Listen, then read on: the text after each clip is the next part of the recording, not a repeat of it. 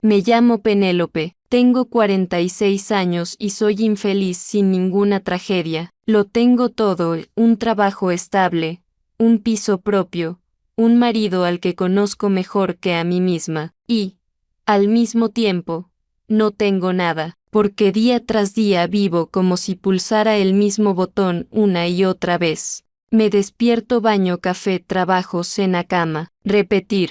Soy contadora en una pequeña empresa de logística. Me gusta el orden. Me gusta cuando los números cuadran, cuando Excel no da errores. Eso me calma, pero hace ya mucho que la calma dejó de darme alivio. Solo congela. Mi marido, Antonio, es una buena persona, de verdad, tranquilo, callado, entiende cuando estoy cansada, no hace preguntas de más, no exige nada, casi no discutimos, no peleamos, no gritamos, no rompemos cosas. Somos dos personas que aprendieron a coexistir sin fricción, como dos piezas de mobiliario en una oficina perfecta, una al lado de la otra, sin necesidad de interactuar. Y ahí está todo el problema, porque nos hemos convertido en costumbre el uno para el otro, como un cepillo de dientes o el mando de la televisión. Sabes dónde están, y solo te molesta cuando desaparecen. Antonio no es cruel, solo está cansado, igual que yo. Los dos llevamos tanto tiempo viviendo en esta estabilidad que dejamos de notar cómo poco a poco desaparecíamos de nuestras propias vidas, como si alguien apagara cada día una luz en la habitación y de pronto ya estamos sentados, en penumbra, como si así hubiera sido siempre. Recuerdo que alguna vez nos reíamos hasta llorar, hacíamos noches de películas. Podíamos discutir por tonterías y luego reconciliarnos con entusiasmo, y ahora no queda nada, solo un silencio compartido, como una costumbre, cálido, acogedor y absolutamente asfixiante, como una habitación, sin corrientes de aire, sin oxígeno, sin vida. Mis amigas me envidian. Tienes todo. ¿Qué más quieres? Pero no sé cómo explicar esta tristeza extraña, sin nombre, no se parece a la depresión, no provoca lágrimas, solo, en lo más profundo, sé que ya no estoy viva, funciono, cumplo, me sostengo, pero no vivo, no quiero dramas, no quiero infidelidades, no busco algo mejor, solo un día comprendí, ya no espero nada, y eso es lo más aterrador, porque una persona que no espera nada ya está un poco muerta. Fui a Lérida porque Mari, una antigua compañera de contabilidad, fue hospitalizada con una neumonía, y aunque ya no trabajábamos juntas desde hacía tiempo, sentí que debía visitarla más por respeto que por verdadero deseo. La estación estaba llena de ruido, olía a café y a metal, la gente arrastraba maletas, hablaba por teléfono, nadie escuchaba a nadie. Todo como siempre. Estaba parada junto a una máquina expendedora, intentando entender si solo aceptaba billetes, cuando escuché una voz a mis espaldas tranquila, algo vacilante, pero clara.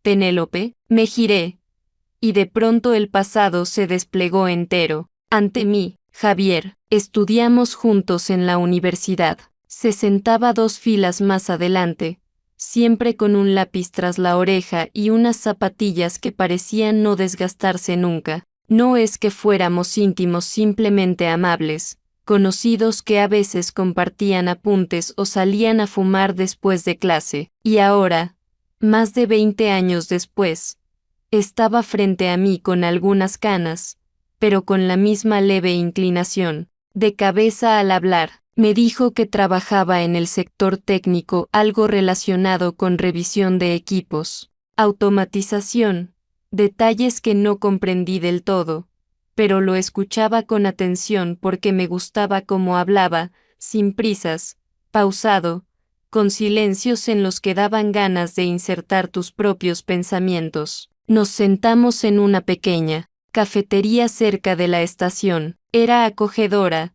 La luz entraba por los ventanales grandes, y el café, aunque no era memorable, calentaba las manos. Hablamos sin prisa sobre la vida, las ciudades en las que habíamos acabado, sobre cómo todo se convierte en costumbre sin que uno se dé cuenta. Le conté que vivía en Barcelona, que trabajaba como contadora, que tenía un marido con él, que todo era estable. Él solo asintió, como alguien que ya ha escuchado eso antes y no va a hacer preguntas innecesarias. Nos reímos, pero sin ligereza. No hubo coqueteo, ni siquiera una insinuación de cercanía especial. Solo dos adultos que, por casualidad, recibieron una hora para recordar un poco quiénes eran antes de convertirse en lo que son. Pero hubo algo que me inquietó. No quería que esa conversación terminara, no porque él fuera especial, sino porque,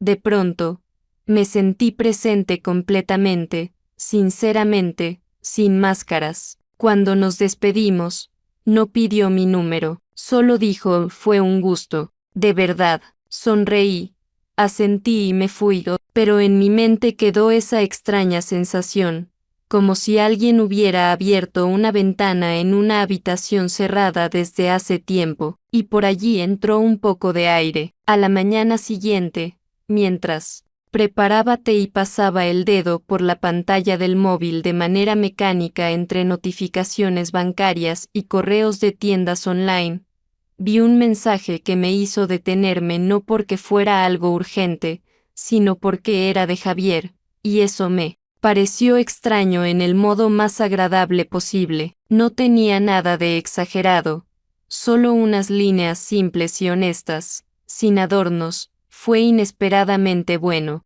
Si alguna vez hay otra oportunidad, encantado. Sostuve el teléfono en las manos durante mucho tiempo, sin pulsar nada, sin responder, solo mirando esas palabras que, para cualquiera más, podrían pasar desapercibidas, pero para mí parecían contener algo más, algo casi olvidado que respiraba entre líneas. No respondí de inmediato, no porque no quisiera, sino porque tenía miedo de decir algo que rompiera esa inesperada ligereza que había nacido entre nosotros, como si ambos hubiéramos entendido algo importante sin decirlo en voz alta. Cuando, al fin le contesté, también fueron frases sencillas: un agradecimiento por el encuentro, una mención al buen café y una petición de que me enviara una foto del lugar, si había hecho alguna, porque no recordaba cómo se llamaba la cafetería. Su respuesta llegó rápido, y así comenzó algo nuevo al principio: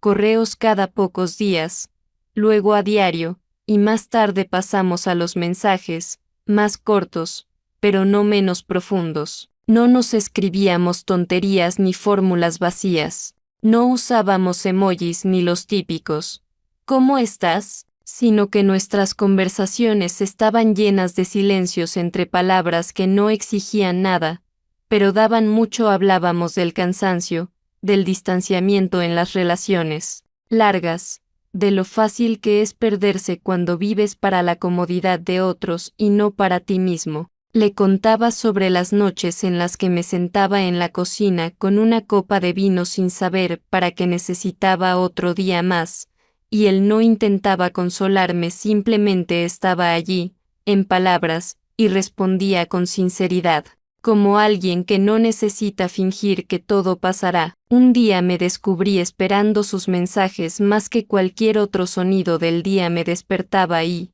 antes de ir a la ducha, miraba si había escrito algo, y si no, inventaba razones para justificar ese silencio, para no asustarme de mi propia dependencia. No era amor todavía, no.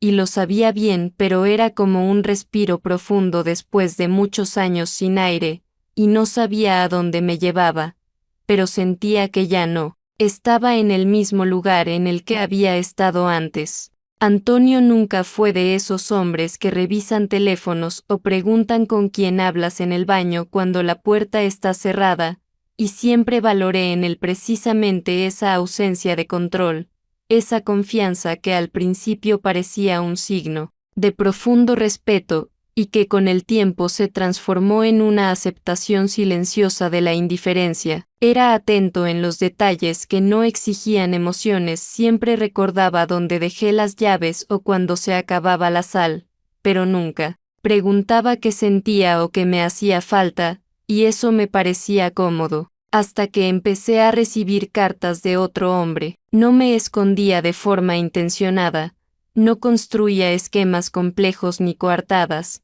simplemente no contaba nada porque no lo consideraba peligroso, aunque en el fondo sabía que si ya estaba ocultando algo tan pequeño, entonces ya no era tan pequeño. Antonio no cambió de golpe, no se volvió agresivo ni ansioso, no alzó la voz, no exigió explicaciones, solo empezó a mirarme más tiempo de lo habitual, como si intentara captar algo en mis ojos, y cuando lo noté, sentí un poco de vergüenza, pero no lo suficiente como para detenerme. Una noche, mientras lavaba los platos y aún pensaba en él, mensaje que Javier me había enviado esa tarde, Antonio se acercó y preguntó, con la misma naturalidad con la que se pregunta por el clima, ¿en qué piensas? Y en esa frase simple había algo que me hizo sentir como si me hubieran descubierto en una casa ajena. Aunque estaba de pie en mi propia cocina, respondí sin emoción, como se responde cuando no se quiere dar explicaciones, en nada, y aparté la mirada porque no podía sostener la suya, en la que no había ni ira ni tristeza, solo una sospecha que poco a poco se volvía certeza. No hubo pelea entre nosotros, ni una gran conversación, ni una taza rota, solo un silencio, que cambió la temperatura de la habitación, como un calefactor que de repente empieza a enfriar. Todas nuestras costumbres, el café matutino, el intercambio de periódicos los fines de semana, las breves charlas sobre el trabajo seguían allí, pero yo sentía que Antonio ya no me miraba a mí, sino a través de mí, como intentando ver esa parte de mí que se estaba alejando, y yo no hacía nada por regresar. No se trataba de una traición, todavía no,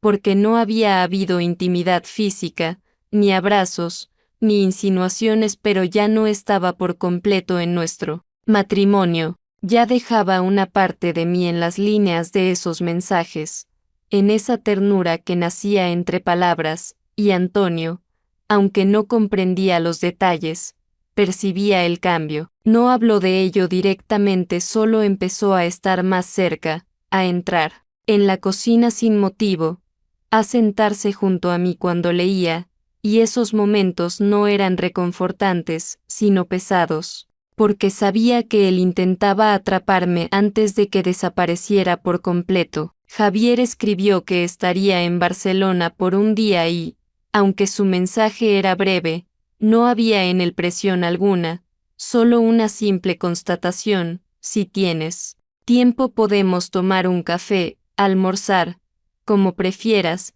y leí esas palabras en el tranvía, mientras iba tarde a una reunión y con la cabeza llena de pendientes por resolver antes del mediodía. Pero esas pocas líneas me sacaron de pronto del piloto automático del día e hicieron que el corazón cometiera algo parecido a un error de ritmo. No inventé excusas complicadas, simplemente le dije a Antonio que Mari estaba mal y que le había prometido almorzar con ella, así que volvería un poco más tarde. Él asintió sin hacer una sola pregunta, sin cambiar el tono, sin detenerme con la mirada, y fue precisamente esa indiferencia tranquila, sin reproches, lo que hizo que mi decisión se sintiera aún más real, como si me hubiera dado un permiso silencioso para hacer lo que ya había decidido antes de siquiera pensarlo del todo. Nos encontramos en un pequeño restaurante cerca de un parque,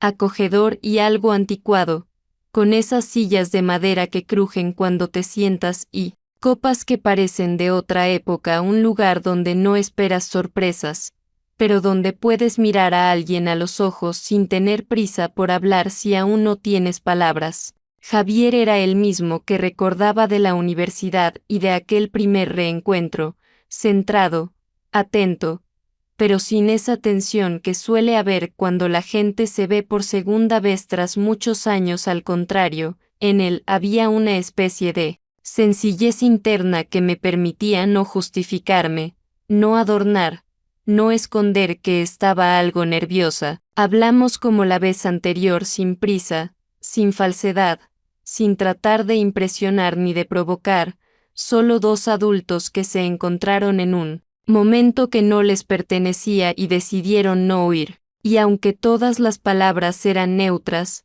yo notaba cómo respondía a cada uno de sus gestos, de sus preguntas, no con el cuerpo, ni con la mirada, sino con una parte interna de mí que llevaba mucho tiempo callada, pero que ahora parecía haber despertado y empezaba a escuchar. Él no insinuó nada, no me halagó, no adoptó la postura de escúchame, que yo también lo he pasado mal. Al contrario, simplemente escuchaba, con un interés sincero, y cuando hacía preguntas, eran precisas pero no invasivas, como si no quisiera descubrirme, sino solo estar presente en lo que yo ya llevaba dentro. Le conté más de lo que había planeado, no sobre él, por supuesto, sino sobre mí, sobre el cansancio, sobre esa extraña mezcla de rutina y silencio en la que Antonio y yo vivíamos, y él no me dio consejos, no ofreció soluciones,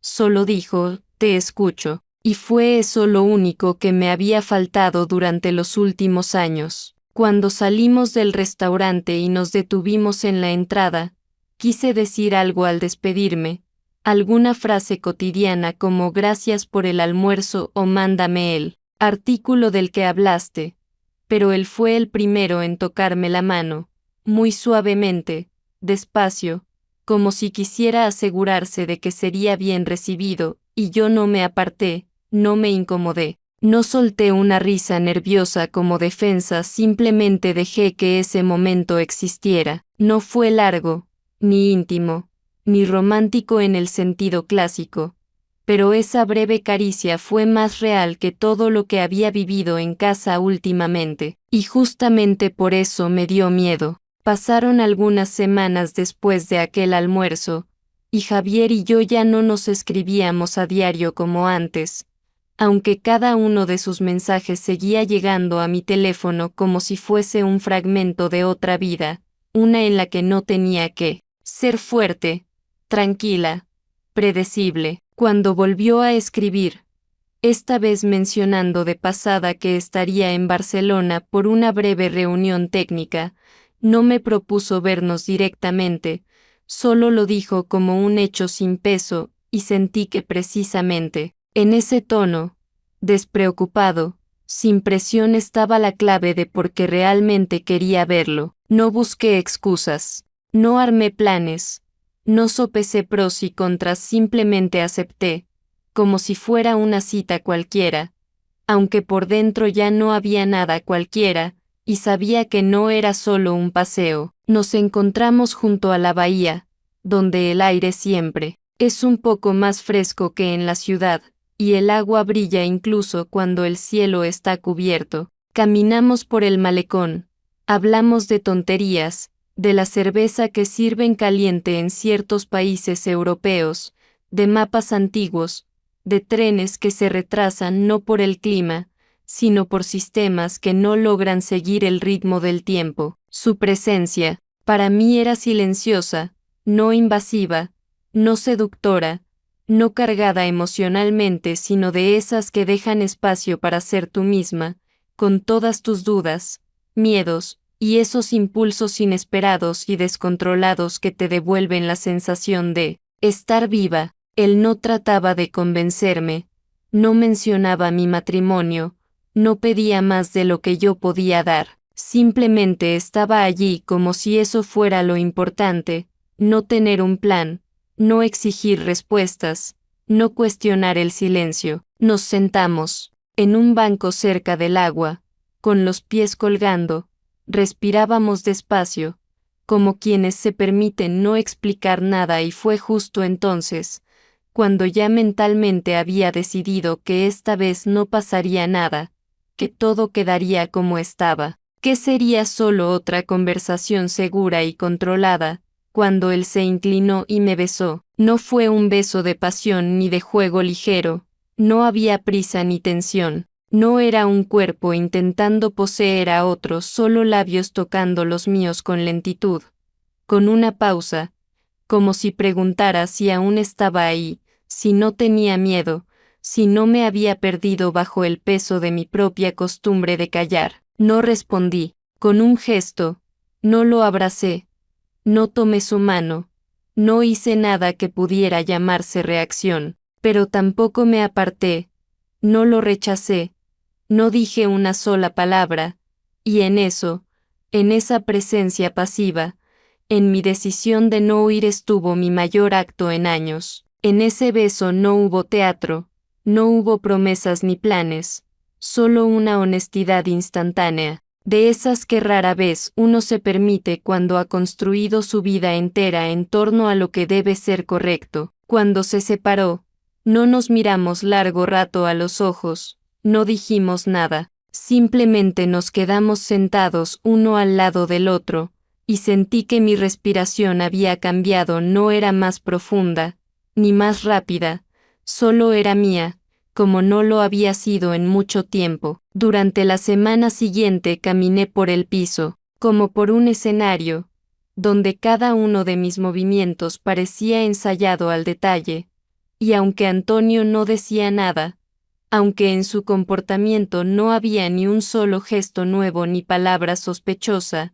yo sentía que mi espacio interior ya se había partido en dos, y vivir al mismo tiempo en ambas mitades no solo era difícil, era casi físicamente insoportable. No planeaba decir la verdad aquella noche, no elegí un momento conveniente ni pensé en cómo amortiguar el golpe, simplemente estaba demasiado cansada de la tensión, que no me dejaba ni beber té tranquila ni cenar en silencio. Antonio estaba en la sala, como siempre, con el periódico que más hojeaba que leía, y la luz de la lámpara caía sobre su hombro de un modo que me recordó, como antes me gustaba esa luz, porque hacía que su rostro se viera más suave, más amable, incluso en los momentos en que podía estar en silencio durante horas. Entré, me senté frente a él y guardé silencio tanto tiempo, que fue él quien dejó el periódico y me miró sin sorpresa, como si ya supiera que algo estaba por decirse, y entonces dije, he estado viéndome con otro, y mis palabras sonaron, cotidianas, sin dramatismo, sin lágrimas, como un hecho que ya no se podía esquivar. No respondió de inmediato, no reaccionó como yo temía, no alzó la voz, no se levantó, no preguntó, ¿quién es? ¿O por qué? Solo fijó la vista en algún punto del suelo, en silencio durante unos segundos, y luego, sin levantar la mirada, preguntó en voz baja, ¿te acostaste con él? Y noté que su voz no temblaba, no suplicaba, no se defendía, solo quería saber si habíamos cruzado esa línea que él imaginaba como la última. Respondí, no, pero hubo un beso, y no solo eso, y aunque esas palabras podían parecer una excusa, yo no les puse nada más que el cansancio acumulado de tantos días mintiendo, callando, inventando encuentros que no existían. Antonio bajó aún más la mirada, apretó los dedos contra las rodillas, como si intentara sostenerse, aunque ya no había nada que sostener, porque no le rompí el corazón, solo confirmé lo que él ya venía sintiendo en el silencio entre nosotros. Finalmente, dijo, ¿sabes qué es lo peor? Y hizo una pausa tan larga que pensé que no iba a terminar la frase, pero la completó, que no me sorprende, ni siquiera estoy enojado, y esas palabras no eran un perdón ni una muestra de indiferencia, sonaban como algo ya vivido, como cuando encuentras un viejo boleto en el bolsillo del abrigo y recuerdas una noche que ya no significa nada. Se levantó sin mirarme, fue al perchero, tomó su chaqueta, se la puso con la misma calma de siempre, la que tenía cada vez que Salía a caminar por las noches, y ya con la mano en el picaporte dijo, me voy, no sé por cuánto, pero no quiero oír explicaciones, y se fue, sin cerrar la puerta de golpe, sin dejar tras de sí ni rabia ni reproche, solo un vacío que no gritaba, sino que simplemente se sentó a mi lado en el sofá. No lloré, no lo llamé, no intenté retirar las palabras que habían esperado demasiado tiempo para ser dichas, simplemente me quedé allí, en la misma posición, en esa misma sala que de pronto se volvió demasiado grande, demasiado silenciosa, demasiado mía. Cuando Javier escribió que iba a pasar unos días en Cádiz y me propuso acompañarlo sin expectativas, sin compromisos, solo para descansar del ruido y la presión, no respondí de inmediato, porque sentía que mi vida estaba demasiado enredada como para irme a cualquier parte, pero luego entendí que precisamente eso era la razón por la que debía hacerlo, quedarme en el piso, donde el silencio, la silla vacía y la almohada aún tibia del lado de Antonio me pesaban, era una fuga mucho peor que cualquier tren rumbo al sur. No me fui como en las películas ni en pánico ni a las apuradas, simplemente hice la maleta con calma.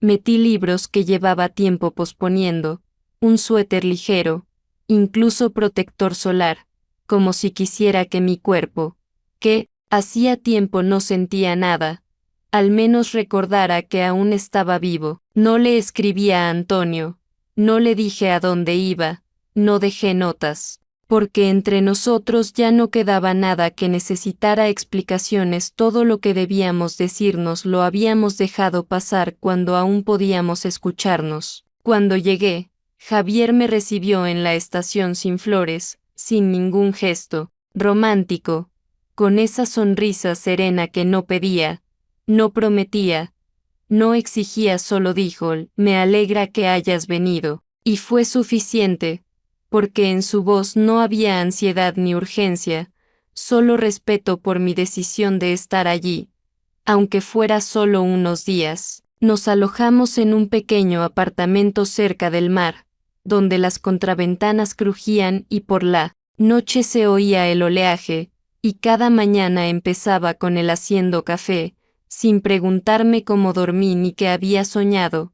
Simplemente dejaba la taza sobre la mesa y se sentaba cerca, sin llenar el silencio con palabras. No intentaba entretenerme, no me llevaba de paseo por sitios turísticos, no planeaba rutas, solo estaba presente, como el viento que traía el aire salado del mar, y esa simplicidad me resultaba nueva, casi extraña, porque estaba acostumbrada a relaciones donde siempre hay algo que resolver, demostrar, justificar o salvar. Con él no había nada que salvar, porque él no rompía nada, simplemente me ofrecía espacio para ser yo, callada, confundida, cansada, sin tener que ser interesante ni fuerte. Esos días caminaba descalza por la terraza, leía en la cama, comía cosas simples, quesos, pan, fruta. A veces hablábamos, a veces no.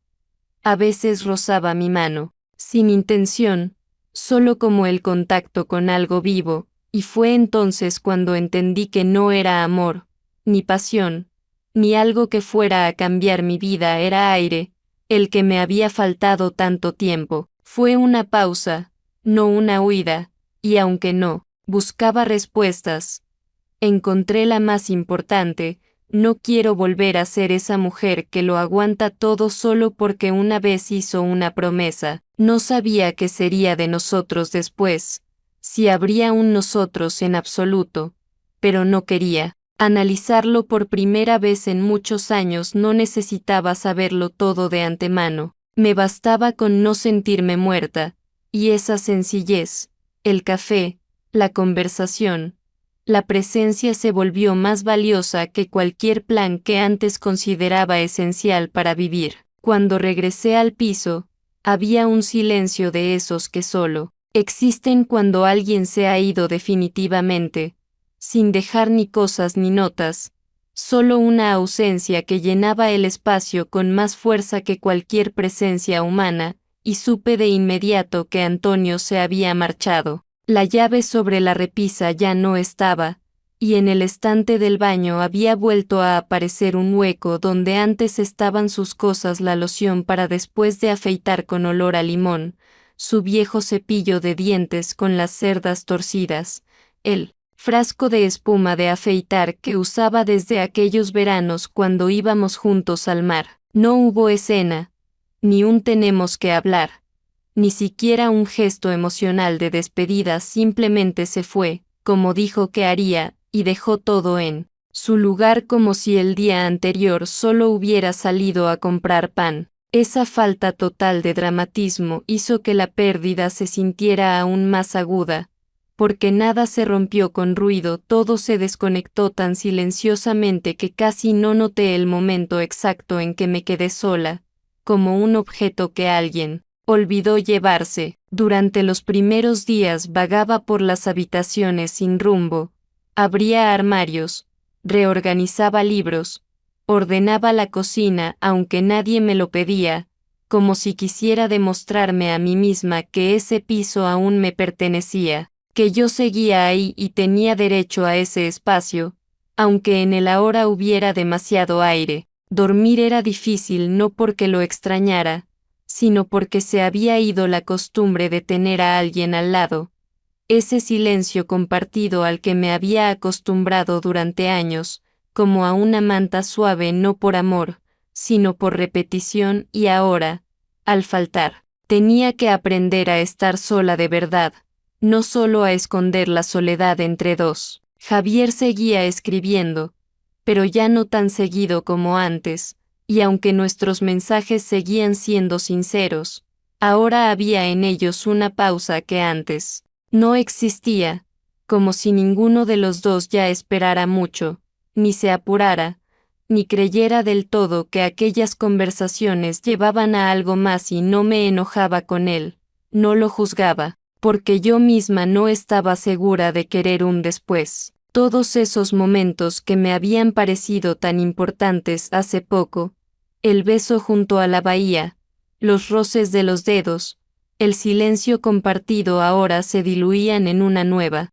realidad donde ya no actuaba, no fingía, no me aferraba a una forma vacía de sentido. Me despertaba cada mañana sin alarma, sin plan, sin obligaciones, y aunque eso suena a libertad, en realidad era más bien una limpieza lenta, sin prisa, sin fuegos artificiales ni decisiones grandiosas, solo un regreso a mí misma que no empezó con valentía, sino con ausencia de sonidos, de voces, de expectativas. Cocinaba para mí, escuchaba música que antes me parecía demasiado ruidosa, ordenaba armarios, abría ventanas para dejar entrar el aire, no porque faltara oxígeno, sino porque por fin podía dejar de guardar el calor para alguien más. A veces venían pensamientos de que me había equivocado, que podría haber intentado salvar el matrimonio, pero duraban poco,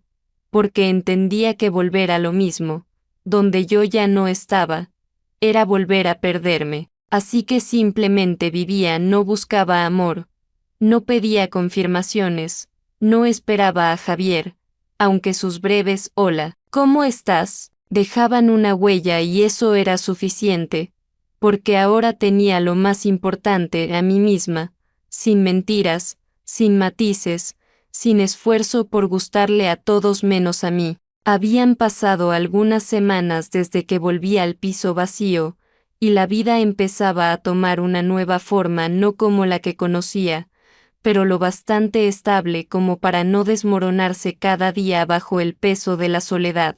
Me despertaba sin despertador, me preparaba el café en un silencio que ya no intentaba llenar con palabras, ni con la televisión ni con la radio, simplemente permitía que ese silencio fuera como era, porque fue en él donde comencé a escucharme de verdad por primera vez en muchos años. Un día, cuando regresaba del mercado con una bolsa llena de fruta, recibí un mensaje de Antonio. No era nada emocional ni sospechoso, solo ¿podemos vernos? Solo para hablar, sin reproches. Tardé en decidir si aceptar, no por miedo ni por vergüenza, sino porque no estaba segura de querer volver a un diálogo que no habíamos tenido en años, incluso viviendo bajo el mismo techo. Pero algo en su tono, neutral, contenido, me hizo responder que sí. Quedamos para tomar un café en una cafetería cerca de aquella estación de metro donde siempre se cruzaban nuestros caminos. Él llegó un poco antes,